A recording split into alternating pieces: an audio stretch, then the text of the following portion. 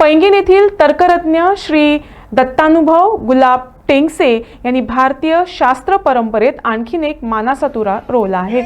राघव यांनी अद्वैत वेदांत शास्त्राची महापरीक्षा तेनाली येथे पूर्ण करून वेदांत रत्न ही मानाची उपाधी कांची शंकराचार्य यांच्या हस्ते प्राप्त केली.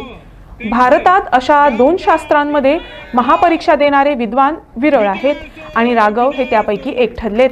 या यशामुळे गोव्याचे नाव भारतीय शास्त्र परंपरेत सुवर्ण अक्षरांनी कोरले गेले आहे.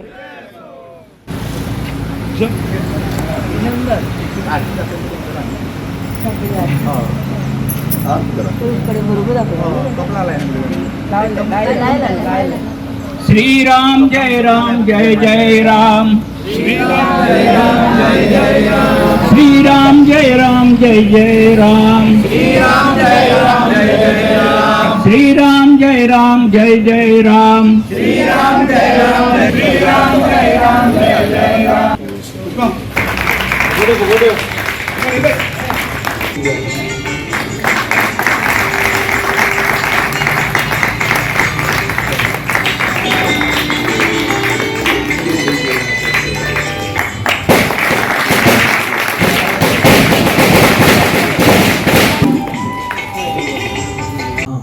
शंकराचार्य मध्यमा अस्मदाचार्य पर्यंताम वंदे गुरु परंपरा. आज खरं तर काही बोलता येत नाही, कारण पहिल्यांदा तसं काहीतरी अनुभवायला मिळालेला आहे. जरी नाव दत्तानुभव असलं तरी सुद्धा वेगवेगळे अनुभव येतात. तसा हा एक नवीन अनुभव. एवढंच मला आज सांगावं असं वाटतंय की जे काही आज तुम्ही पाहताय ही त्या विद्येची सेवा आहे आणि त्या विद्येची सेवा करताना किंवा तो करण्याचा मान हा मला मिळणं ह्यासाठी फक्त माझंच काही पूर्वजन्माचं कर्म कारण नाही, तर ज्या घरात मी वाढलो, माझ्यावर संस्कार झाले, ज्या समाजात मी वाढलो तो समाजही त्याला तितकाच कारणीभूत आहे. कारण अनुकूल परिस्थिती असेल तरच त्यातून काही चांगलं कार्य होतं. प्रतिकूल परिस्थिती जर का असली तर उत्सव सुद्धा आपल्याला साजरे करता येत नाही. तशी अनेक उदाहरणं आता आपल्या समोर येत आहेत.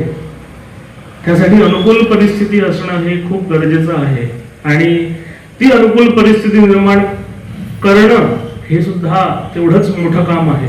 पण माझं भाग्य असं आहे की ती मला अनुकूल परिस्थिती आधीपासूनच मिळालेली आहे. कारण जे माझ्या आजूबाजूला आहे, ज्यांच्या बरोबर मी शाळेत शिकलो, ज्यांनी मला शिकवलं, ज्यांनी माझ्यावर ते सगळे संस्कार केले, हे सगळे आपल्या संस्कृतीचे अभिमानी लोक आहेत. आणि जोपर्यंत अभिमानी लोक आजूबाजूला असत नाही तोपर्यंत उत्कर्ष हा काही होत नाही.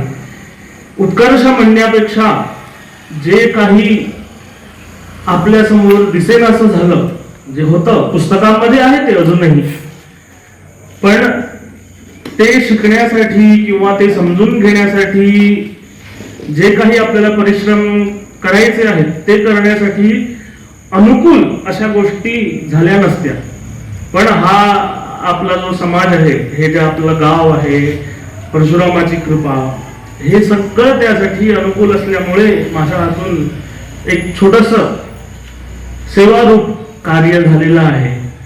आणि असेच तुमचे आशीर्वाद माझ्या सोबत राहोत. त्यामुळे अजूनही शास्त्र अशी आहेत की ज्यांच्यातलं आम्हाला सुद्धा माहित नाही. पुस्तकं आहेत, उपलब्ध करून देणारे आहेत, पण त्यामध्ये काय लिहिलेलं आहे हे समजायलाच आम्हाला अनेक वर्ष लागतील.